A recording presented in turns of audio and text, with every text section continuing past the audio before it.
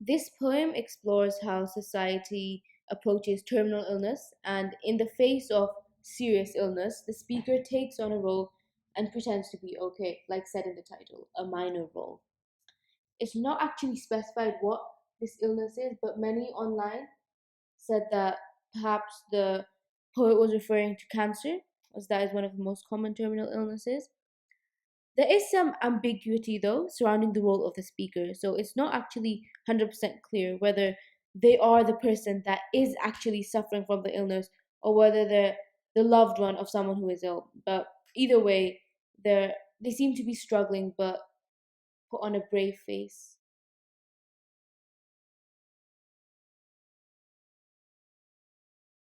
The poem starts off with "I'm best observed on stage," with the very first word being the personal pronoun "I'm." So this focuses the attention of the reader directly onto the poet or the speaker. So the central concept of being on stage illuminates most of the poem. And this idea of the stage can be interpreted as literally or figuratively, but in this case, the poet's intention was to present it as metaphorical. For example, Shakespeare has a popular play called As You Like It, in which a character says, "All the world is a stage."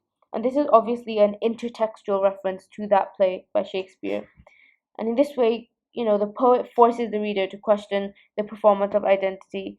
And there's like a sort of conflict between performance and real life, and the fact that in life, we act according to society's demands, as if we're on a stage rather than letting our true feelings shine through. And of course, the idea of dealing with illness is described as extremely tiresome through the use of the word endless. And this shows how there are many routines that, although they're necessary, they're extremely unpleasant because you have to wake up and do them every single day without break. This follows up with exits and entrances. So once again, there's alliteration, placing emphasis on these words, and could perhaps refer to the idea of dealing with visitors when in hospital. They're constantly exiting and entering the wards. And there is a lexical field of stage terminology, like propping, exits, entrances. This all relates to the idea of theatre and acting on the stage. The last two lines in this stanza, um, there's alliteration in midget moments with the M, and this emphasizes the need to, get it right, because otherwise, you'll be subject to the unwanted criticism of the general public. And the monstrous fabric creates a sort of bitter tone, a sardonic tone. And the fabric could, insinuate that the fabrications of society and the behavioral expectations that demand people to present themselves in a way that doesn't cause embarrassment or discomfort to others, how that itself is a burden. And the cruel nature of society is already presented in the first stanza, and this theme will be reestablished again and again.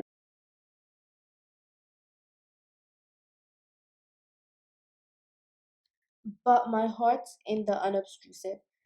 So the heart, while it's also an organ, it can represent love and emotion, and unobtrusive means shy or meek, basically not attracting attention.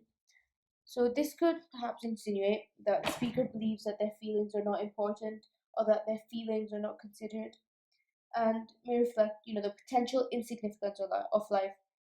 And it also links to the way in which health and emotion correlate, because the heart, while it also means something in medical terminology, like as being an organ and part of an organ system, it also means something on an emotional level, because some people also say that you feel with your heart and you feel love and emotion with your heart. And roles and monologues, in the second line, the waiting room roles, and in the fifth line, of consultants' monologues. These words reflect the extended metaphor of taking on a role, because once again it's part of terminology typically used in theatre or in drama. After the waiting room rolls, after the semicolon, a list begins, and it's asynthetic listing, meaning that there are no conjunctions. So it starts off with driving to hospitals and parking at hospitals. So there's this repetition of two hospitals, once again showing the repetitive nature of the life of someone who's ill, or the life of someone that is directly affected by someone that has an illness. It's almost like a chore. So the verbs driving and parking, they're functional.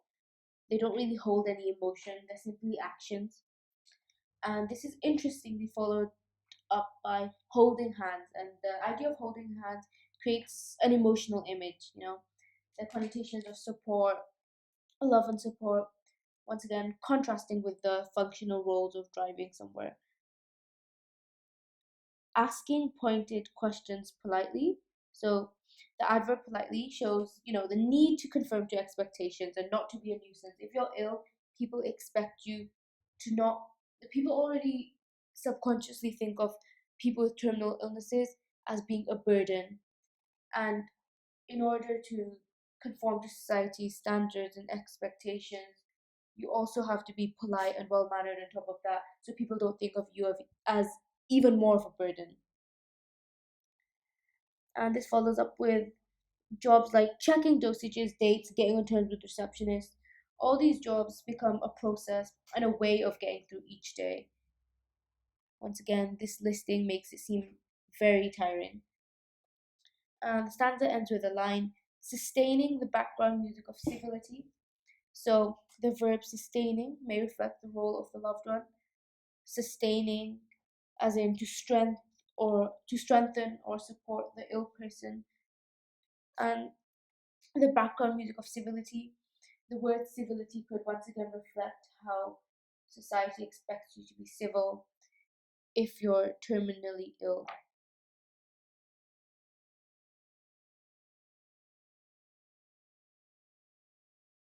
So the first line, the word home is significant because home usually has connotations of safety and comfort because it's the place in which most people feel the most secure.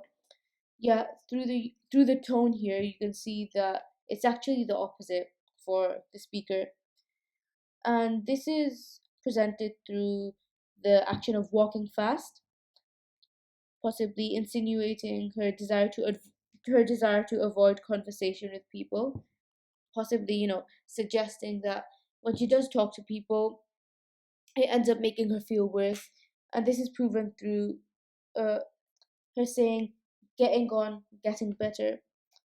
So her replies are repetitive with the repetition of getting on, getting better. And this repetition reflects how society has a certain sort of set of guidelines of how people should respond to illness, and she's basically just memorized them at this point. And this is once again reinforced with my formula, showing that she has plans for these moments in order to get through them. It's like a well rehearsed role. She knows what to say when people ask her things regarding her illness. And it ends with the paradox well meant intrusiveness. So, well meant obviously has positive connotations, and intrusiveness is more harsh. So, this is a bitter juxtaposition at the end of the stanza. And it's also likely to make a reader form their own opinion as to what degree they might find people inquiring about their health intrusive. Because to some readers, it may seem that these kind of questions are just standard and people are obviously going to worry about you if you're ill. Whereas to other readers, they may seem very rude because they might not want to talk about their illness. So it's open to discussion. That's why the poet might have included this.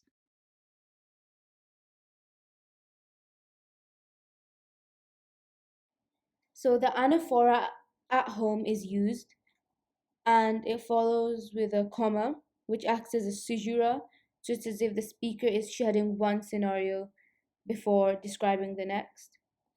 Thinking ahead shows that planning for the immediate future is really all that they can do. And then the word bed is repeated. Bed, a good idea. Bed solves a lot. So the idea of bed and sleeping suggests a sense of escape and avoidance because the speaker wants to escape from their reality, which they can do so by sleeping.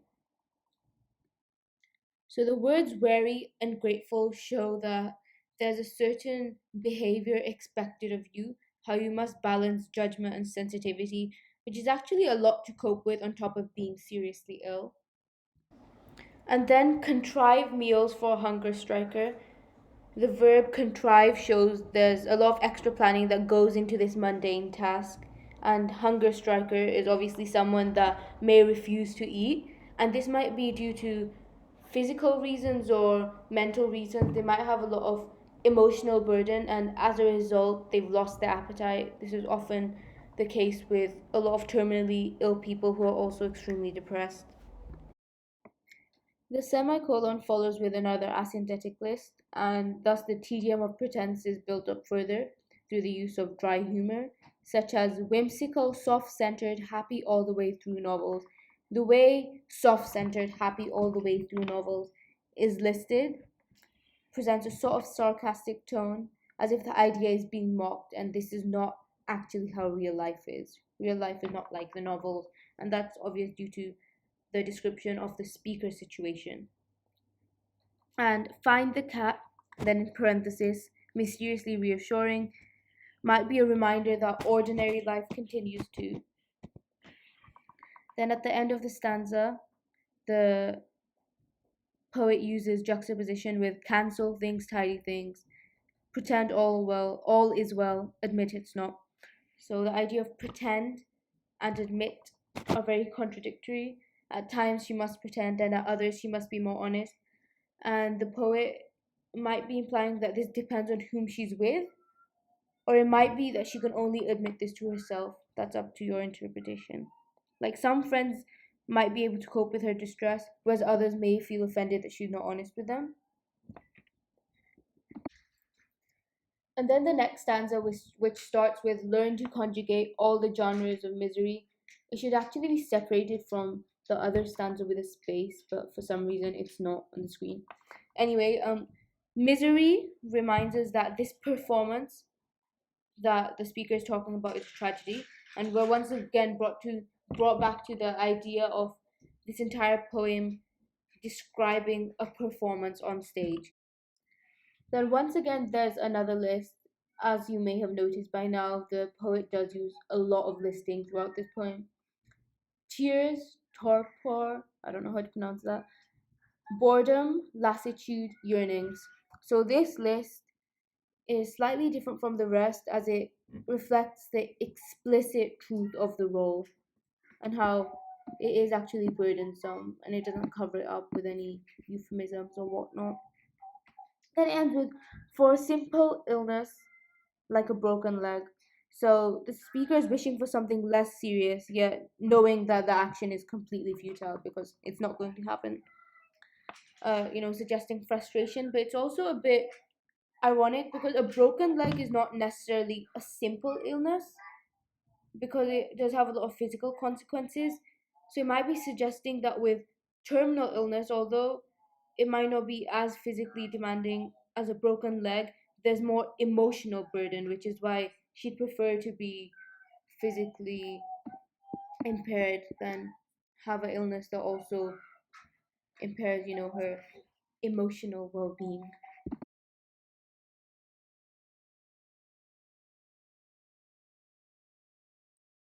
The verb enduring shows how difficult this kind of life is, creating a bitter tone. And then being referred somewhere else, consultant's holiday. This brings the reader back to the world of hospitals and consultants and receptionists and hints at a sense of annoyance. Then saying thank you for anything to everyone. The word thank you is written in italics, which obviously creates visual emphasis. So perhaps the poet's intentions were to let the reader know that he sees being thankful constantly as very important to the poem to show how they need to be grateful, even though they don't really have much to be grateful for because their life is very difficult. And then anything and everyone shows how helpless and dependent the speaker is. And then, not the star part shows that the speaker isn't necessarily the main part, which brings us back to what I said at the beginning about the ambiguity of the statement. So, is the speaker the one with the terminal illness, and perhaps they're not the star part because of their illness and how it reduces the amount of things that they can do? Or is it that the speaker is just the helper of someone with a terminal illness? and maybe that's why they're not the star part. There's a lot of ambiguity there, which I think is what the poet intended.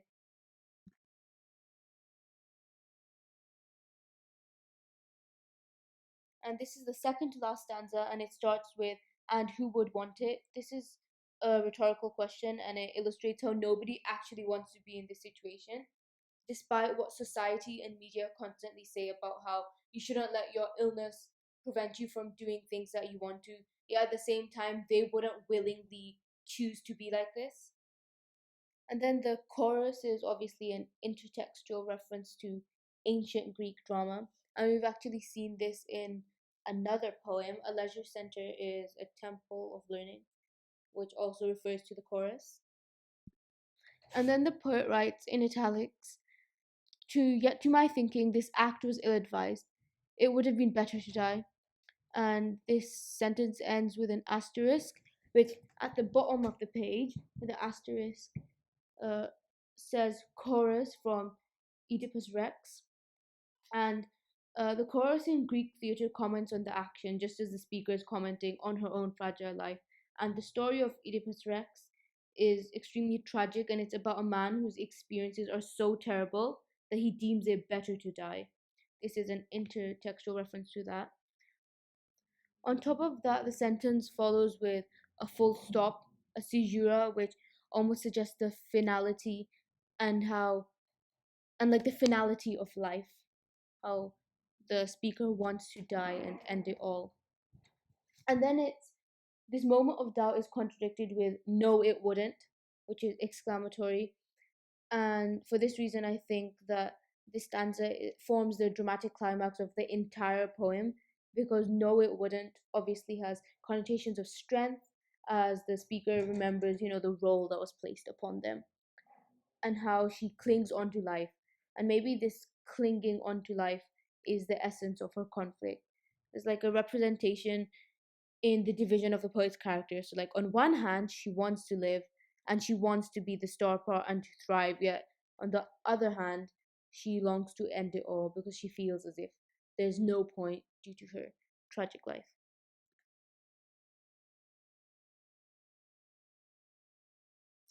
Okay, and the final stanza is just the line, "I am here to make you believe in life," which is obviously a very powerful statement about human desire to live. And it's structurally impactful as well because it's a single and separate line to show that this remains one of the key thoughts of the entire poem. And also, the reader has to focus on this line since it's the only one in the stanza. And this makes it very moving and dramatic. And it also just, the meaning is that perhaps if someone with a crippling illness that subdues them completely in life can continue, then so can the reader. And the use of the pronoun I and you reach out to the reader, establishing a connection to show that the command is not necessarily to the speaker themselves, but directly to the reader. And although this is extremely positive, and then the poem ends on a very moving note, some may say that there is a bit of ambiguity because it's not clear as if the it's not clear if the speaker has accepted their fate or not. I mean, you could argue that the pronoun you might be the speaker talking to themselves, telling themselves that they need to believe in life, or if they're talking to the reader, it's slightly ambiguous, but once again, that's up to interpretation. And a final note about tone of the poem is that although the tone is very sardonic, there are glimpses of an innate desire to live and to thrive despite all of this. These are the main points I have of structure. So, irregular length stanzas with irregular length lines suggest wayward and random thoughts expressed as they occur to the speaker, possibly highlighting the irregularity of their life. And it could also link to a play or a drama which has different elements to a plot and different paces of action, which is why it's so irregular. And then there's a variety of punctuation. There are caesuras that contribute to a sense of awkward rhythm and immediacy, showing the type of lifestyle that the speaker has. And it also could indicate the pauses and interruptions in life, showing how people's actions and thoughts may not be as free as they initially anticipated. And there's the use of parentheses to add extra information, highlighting the complexity of life and how there's not just one interpretation to anything. You have to look at it from different points of views. And also, the variety of pace and structure can be overwhelming due to the constant changes. And due to this, the reader might develop some sort of empathy for the narrator because we can understand how someone like them in their situation can become overwhelmed due to the changes in their life. And finally, themes. There are a lot of themes that can be applied to this poem. Probably identity, illness, acting, suffering, acceptance, and maybe society as well. And if we were comparing themes, I think a good poem to look at would probably be On Her Blindness, since that also deals with the idea of illness and how society treats illness.